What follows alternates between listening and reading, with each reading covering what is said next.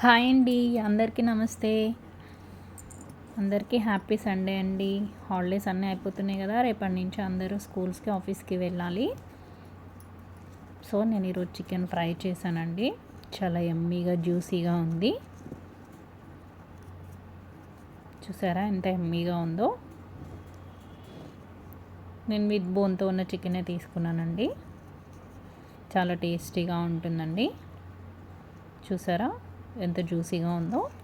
ఒకసారి ప్రాసెస్లోకి వెళ్దాము. ఒక కడాయి తీసుకొని దానిలో కొన్ని స్పైసెస్ వేసుకున్నానండి. కొంచెం జీలకర్ర,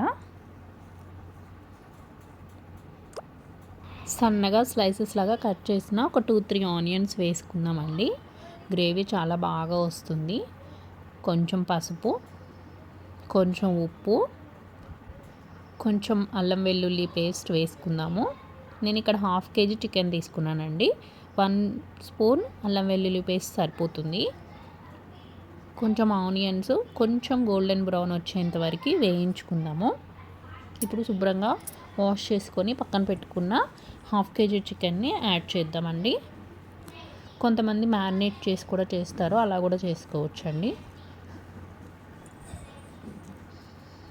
ఇలా చికెన్ మొత్తం వేసి ఆ మసాలా పేస్ట్ మొత్తం ఆనియన్స్ దాన్ని కలిపేలాగా బాగా కలుపుకుందాము. ఇది రసంలో కానీ చారులో కానీ చాలా టేస్టీగా యమ్మీగా ఉంటుందండి చికెన్ ఫ్రై.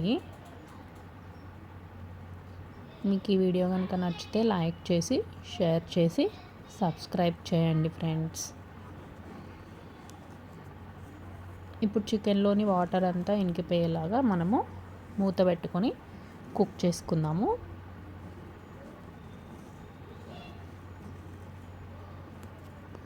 ఒక 5 to 10 minutes వరకు కుక్ చేసుకోవాలండి. చూసారా చికెన్లో వాటర్ మొత్తం ఎట్లా వచ్చేసిందో. ఇట్లా ఆయిల్ పైకి వచ్చినప్పుడు ఒక 70% కుక్ అయిపోయినట్టండి.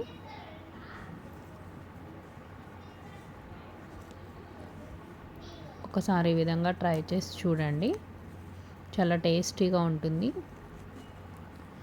ఇప్పుడు దానిలో కొంచెం కరివేపాకు, ఒక 1 స్పూన్ రెడ్ చిల్లీ పౌడర్ వేసి బాగా కలుపుకుందాము. కారం మొత్తం దానికి, మసాలా మొత్తం దానికి పట్టేటట్టుగా బాగా కలుపుకోవాలండి. ఇప్పుడు కొంచెం గ్రేవీ కోసం, జ్యూసీగా రావడం కోసం ఒక చిన్న గ్లాస్, చూసారా ఎంత చిన్న గ్లాసు, ఆ చిన్న గ్లాస్ వాటర్ పెట్టి కొంచెం కుక్ అయ్యేలాగా ఉంచుకోవాలి. చూసారా ఆయిల్ ఎలా పైకి తేలిందో.